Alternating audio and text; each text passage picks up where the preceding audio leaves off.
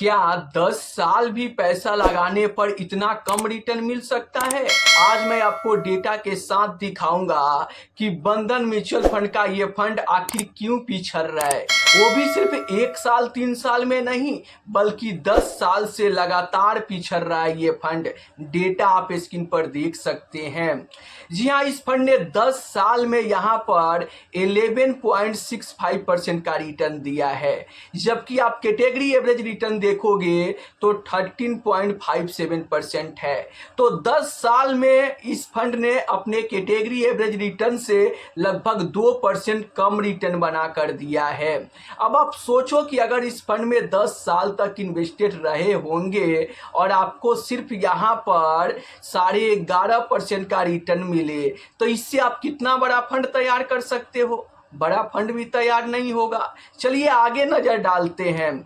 7 साल में इस फंड ने आप देख सकते हो 12.90% का रिटर्न दिया है, जबकि कैटेगरी एवरेज रिटर्न देखोगे तो 14.23% का रिटर्न है। तो 7 साल में भी अपने कैटेगरी एवरेज रिटर्न से पिछड़ रहा है। अगर मैं 5 साल की रिटर्न की बात करूं तो इस फंड ने 12.09% का रिटर्न दिया है, जबकि कैटेगरी एवरेज रिटर्न आप देखोगे तो 12.55%। मतलब 5 साल में भी अपने कैटेगरी एवरेज रिटर्न से पिछड़ रहा है।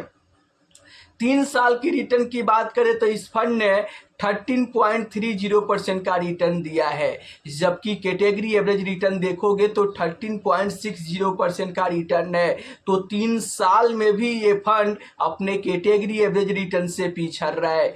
2 साल की रिटर्न की बात करूं तो यहां पर आप देख सकते हो 2.71% का रिटर्न दिया है, और यहां पर 1 साल में इस फंड ने 0.5% का निगेटिव रिटर्न दिया है। और देखो, अगर आप इस फंड में 1 साल पहले 1 लाख रुपया लमसम किए होते तो वहां पे आपको निगेटिव रिटर्न यहां पर देखने को मिल रहा होता। तो आप देख सकते हो डेटा में कि लगातार 10 साल 7 साल 5 साल 3 साल में अपने कैटेगरी एवरेज रिटर्न से लगातार पिछड़ रहा है ये फंड। और अगर मैं खर्चे की बात करूं तो आप देख सकते हैं यहाँ पर इसके फंड का एक्सपेंस रेशियो 0.90% है। तो फंड मैनेजर खर्चा तो तगड़ा ले रहे हैं लेकिन रिटर्न तगड़ा बनाकर नहीं दे रहे हैं। आखिर क्यों रिटर्न नहीं बन रहा है? चलिए अगर मैं एसेट एलोकेशन पर नजर डालूं तो आप स्क्रीन पर देख सकते हैं।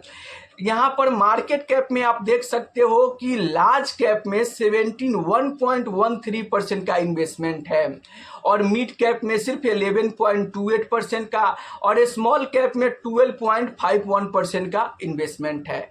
तो सबसे ज्यादा फंड मैनेजर ने पैसे को लार्ज कैप स्टॉक में लगा के रखे हैं, जिसके चलते यहाँ पर रिटर्न कम बनते हुए देखने को मिल रहा है। और मैं वीडियो में बार बार इन्वेस्टर को बताता हूँ कि देखो, लार्ज कैप में सबसे कम रिटर्न बन सकते हैं जो कि 11 से 12%, और यहाँ पर फंड मैनेजर ने ज़्यादा सेफ्टी के लिए ज़्यादा पैसा लार्ज कैप में लगा के रखे हैं, जिसके चलते इस फंड का रिटर्न आप देख सकते हो 10 साल में भी एनुअलाइज रिटर्न यहाँ पर 11.5% का देखने को मिल रहा है। तो आखिर ये कौन सा फंड है? मैं बात कर रहा हूँ बंधन फ्लेक्सी कैप फंड के बारे में।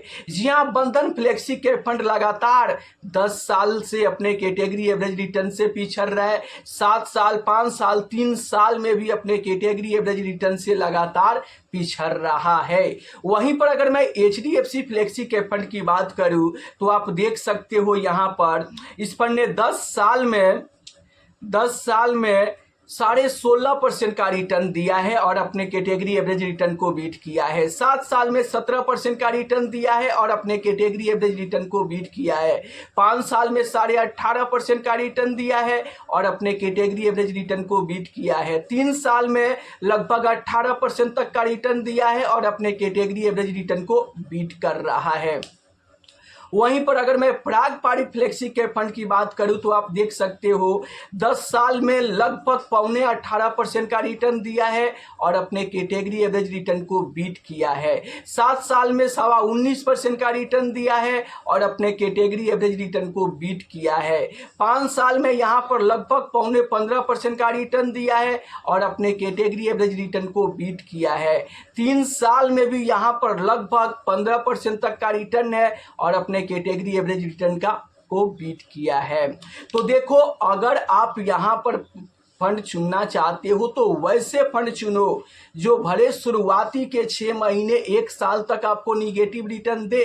इसका मतलब ये नहीं होता कि फंड खराब हो गया। लंबे समय, कम से कम 5 साल, 7 साल और 10 साल में उसको अपने कैटेगरी एवरेज रिटर्न को बीट करना चाहिए। बेहतर परफॉर्मेंस करके बेहतर रिटर्न इन्वेस्टर को देना चाहिए।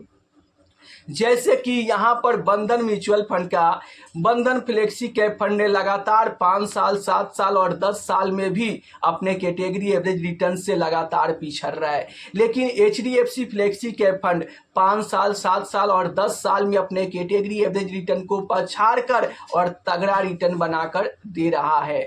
भले यहाँ पर 3 महीने, 6 महीने, 1 साल में यहाँ पर रिटर्न बनते हुए ना दिखे। वैसे ही अगर मैं पारंपरिक फ्लेक्सी कैप फंड की बात करूं तो 5 साल, 7 साल और 10 साल में अपने कैटेगरी एवरेज रिटर्न को पछाड़ कर बेहतर रिटर्न बनाकर दिया है और खर्चा भी कम ले रहा है। तो आप सोचो कि अगर आप ज़्यादा खर्चा देकर और यहाँ पर बंधन फ्लेक्सी कैप फंड में SIP कर रहे हो और इतना कम रिटर्न मिल रहा है तो क्या आप इससे एक बहुत बड़ा फंड बना पाओगे? जब रिटर्न ही नहीं मिलेगा तो आपको इतना बड़ा फंड कैसे बनेगा? इसीलिए मेरे दोस्त, मैं आपसे कहना चाहता हूं कि जब भी आप फंड का चुनाव करो तो लंबे समय का पास्ट परफॉर्मेंस देखो। अगर कोई फंड यहाँ पर कम से कम 5 साल, 7 साल, 10 साल में बेहतर परफॉर्मेंस दिखाया है, लगातार अपने कैटेगरी एवरेज रिटर्न को बीट कर रहा है, तो वैसे ही फ्लेक्सी कैप फंड का चुनाव आपको करना चाहिए। भले वो फंड शुरुआती के 1 साल, 2 साल में निगेटिव रिटर्न दे तो भी आपको वहां पर SIP कंटिन्यू रखना चाहिए। तो फाइनली अभी आपको क्या करना चाहिए? अभी आप यहां पर एक फ्लेक्सी कैप फंड का चुनाव करना चाहते हैं तो आप यहां पर बंधन फ्लेक्सी कैप फंड को छोड़कर आप चाहो तो HDFC फ्लेक्सी कैप फंड या फिर पारंपरिक फ्लेक्सी कैप फंड का चुनाव आप कर सकते हैं। लेकिन अगर आपकी SIP यहां पर बंधन फ्लेक्सी कैप फंड में चल रही है तो आपको क्या करना चाहिए? अगर आप यहाँ पर उस फंड में SIP कर रहे हैं तो आपको SIP क्या करना चाहिए? मान लो कि आपको यहाँ पर रिटर्न ही कम देखने को मिल रहा है और लगातार 10 साल में फंड आपका बीट नहीं कर पा रहा है, तो ऐसे फंड में अगर आपकी SIP चल रही है और मान लो कि आपके उम्मीद के अनुसार ये फंड रिटर्न नहीं दे रहा है, तो जो भी पैसा आपका यहाँ पर इन्वेस्टेड है उस फंड में इन्वेस्टेड रहने दो और आप इस फंड से निकलकर चाहो तो दूसरे फंड में भी इन्वेस्टमेंट करने के बारे में सोच सकते हो। क्यों? क्योंकि ये फंड लगातार पिछड़ रहा है। देखो, अगर कोई फंड लगातार 7 साल, 10 साल में भी अपने कैटेगरी एवरेज रिटर्न से पिछड़ रहा हो तो ये फंड के लिए सही नहीं होता है, पहला कारण। दूसरा कारण कि इस फंड का एक्सपेंस रेशियो आप देखोगे तो 0.90%, मतलब लगभग 1% के करीब है। तो खर्चा भी ज़्यादा ले रहे हैं और रिटर्न भी बेहतर बनाकर नहीं दे रहे हैं। तो अगर आप यहाँ पर बंधन फ्लेक्सी कैप फंड के इस कम रिटर्न से संतुष्ट हो तो आपको बेफिक्र होकर SIP कंटिन्यू रखना चाहिए। लेकिन अगर आप इस डेटा को देख लिए और लगातार 10 साल तक पिछड़ रहा है तो आप चाहो तो ऐसे फंड को चेंज भी कर सकते हो। क्यों? क्योंकि ये आपके ज़रूरत के हिसाब से रिटर्न नहीं दे रहा है और इतनी कम रिटर्न लेकर आप अपना पहला करोड़ तो बनाओगे लेकिन काफ़ी देर से बनाओगे। अब आप सोचो कि इस फंड ने 10 साल में 11.5% का रिटर्न दिया है, जबकि HDFC फ्लेक्सी कैप फंड ने लगभग 17%। तो यहाँ पर कम से कम 5 से 5.5% ज़्यादा रिटर्न मिला ना, तो यहाँ पर आपको फंड भी बड़ा देखने को मिलेगा। वैसे ही पारंपरिक फ्लेक्सी कैप फंड भी 10 साल में 17% तक का दिया है। तो इस फंड से 5 से 6% ज़्यादा रिटर्न दे रहा है, और यही 5 से 6% का रिटर्न जब आप 10 साल में कैलकुलेट करोगे तो कई लाख रुपए का आपको यहाँ पर अंतर देखने को मिलेगा। तो मैं आपको फाइनली बता दूं कि ये फंड लगातार अपने कैटेगरी एवरेज रिटर्न से पिछड़ रहा है। अगर ऐसा फंड आपके पोर्टफोलियो में है तो लंबे समय तक आपको नहीं कंटिन्यू करना चाहिए, क्योंकि ये फंड खर्चा भी ज़्यादा ले रहा है, रिटर्न भी बेहतर बनाकर नहीं दे रहा है, और ज़्यादातर पैसा लार्ज कैप में लगाने के चलते इस फंड का रिटर्न कम देखने को मिल रहा है। तो फाइनली आप कमेंट बॉक्स में बताइए कि अगर आपके पोर्टफोलियो में बंधन फ्लेक्सी कैप फंड है तो आप क्या करोगे, एग्जिट करोगे या होल्ड करोगे? कमेंट बॉक्स में फटाफट बताइए।